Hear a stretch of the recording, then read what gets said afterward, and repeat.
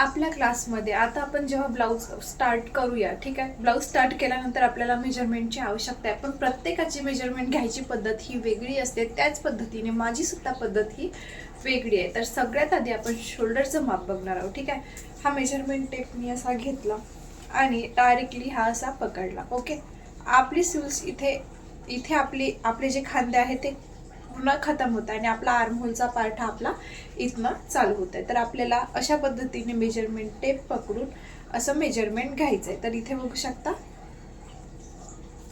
माझं जे शोल्डर आहे हे 13.5 इंच माझं इथलं शोल्डर आलेलं आहे. त्यानंतर आपण आपली ब्लाऊजची लेंथ पण इथे बघून घ्यायची. इथे शोल्डरवरती शोल्डरच्या बिलकुल असा सेंटरला इथे बघू शकता सेंटरला असा मेजरमेंट टेप पकडायचा आणि त्यानंतर आपला टेप जो आहे तो घ्यायचा.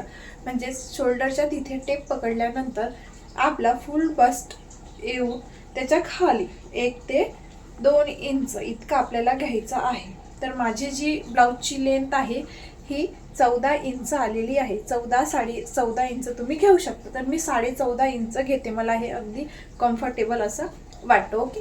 त्यानंतर आपल्याला चेस्ट घ्यायची आहे.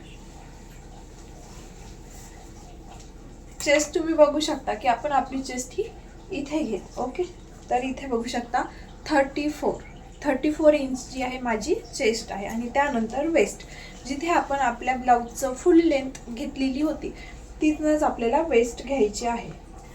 तर वेस्ट किती आहे इथे माझी 28 इंच. आपण इथे टाईट घ्यायचं, एक पण इथे बोट ठेवायची ना. तर जर मी अशा पद्धतीने घेतलं तर इथे 28 होणार, कारण की आपण जास्त ब्लाउजेस घालत नाही किंवा साड्या घालत नाही, ड्रेस टी शर्ट असं घातलं जातं. म्हणजे अगदी कम्फर्टेबल असं ब्लाऊज हवं असतं म्हणून आपण टाईट जे आहे ते घेत नाही. पण इथे आपल्याला मेजरमेंट टाईट घ्यायचं आहे. तर इथे बघू शकता इथे काही बोट न टाकता इथे अशा पद्धतीने बिलकुल घ्यायचं आहे. तर इथे माझं 27 इंच जे आहे ते भरत आहे आणि मला कम्फर्टेबल वाटतं. मला थोडं लूज असलं तरीही चालतं, पण मला एवढंच मेजरमेंट हवं आहे. तर अशा पद्धतीने इथपर्यंत घेऊन झालं आहे. आता त्यानंतर स्यूल्स घ्यायचे. तर स्यूल्स देखील इथे बघा जिथे आपला शोल्डर खतम होऊन हाताचा भाग असा चालू होतो तिथून आपल्याला मेजरमेंट टेप पकडायचा आहे. आणि मी जास्त करून अशी एल्बो स्यूल्स घालत असते. म्हणजे माझी स्यूल्स ही 10 इंच वगैरे असते. तर मी इथे 10 इंच घेते आणि त्यानंतर याचा जो आहे हा राऊंडसुद्धा घेऊन घेते. तर इथे बघू शकता 9 इंच जो आहे तो स्यूल राऊंड आलेला आहे. यात बोट टाकलं तरी चालेल, पण मी असं हे लूजच घेतला आहे. तर 9 इंच जे आहे तुम्ही बघू शकता हा टेप माझा असा लूज आहे, किंवा डायरेक्टली तुम्ही अशा पद्धतीने बोट टाकून सुद्धा घेऊ शकता. अशा पद्धतीने मेजरमेंट घेतले. त्यानंतर आपल्याला गळा घ्यायचा असेल तर गळा घेताना सुद्धा जिथे आपलं शोल्डरचं सेंटर येतं, शोल्डरचं सेंटर तिथंच मेजरमेंट टेप पकडायचा आहे असा इथे. आणि त्यानंतर इथे बघायचं की आपल्याला गळा कुठपर्यंत हवा आहे. ठीक आहे. माझा गळा जनरली इथपर्यंत असते. तर किती येता इथे 7 इंच, 6.5 इंच. तर असं इथे पकडायचं नाही आपल्याला, डायरेक्टली इथे पकडायचं आहे. आणि इथे मी 6.5 इंचावरती मार्क करते. ओके.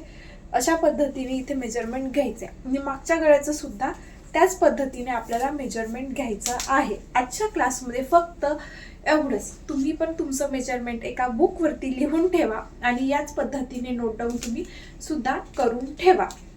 लांबी, चेस्ट, वेस्ट, त्यानंतर स्यूल्स आणि त्यानंतर नेक आणि शोल्डर. आणि मेजरमेंट म्हणजे आपला आर्महोल राऊंड. हा टेप इकडे असा पकडायचा आहे आणि अशा पद्धतीने आर्महोल राऊंड जो आहे तो आपला घेऊन ठेवायचा आहे. अशा पद्धतीने सगळे मार्क्स जे आहे, माझा जो आहे आर्महोल राऊंड हा 15.5 इंच भरलेला आहे. अशा पद्धतीने तुम्ही सगळे मेजरमेंट नोट डाऊन करून ठेवायचे आहे. आणि आजचा व्हिडिओ म्हणजे क्लास डे 2चा जो व्हिडिओ आहे तो आपण आज इथे स्टॉप करूया. नेक्स्टच्या व्हिडिओजमध्ये आपण ड्राफ्टिंग शिकूया. म्हणजेच बोट नेकचं जे आहे ड्राफ्टिंग ते शिकूया. तर तुम्ही चॅनलवरती नवीन असाल तर प्लीज चॅनलला लाईक, शेअर, सबस्क्राईब नक्की करा आणि कमेंट देखील नक्की करा. थँक्यू. Bye bye.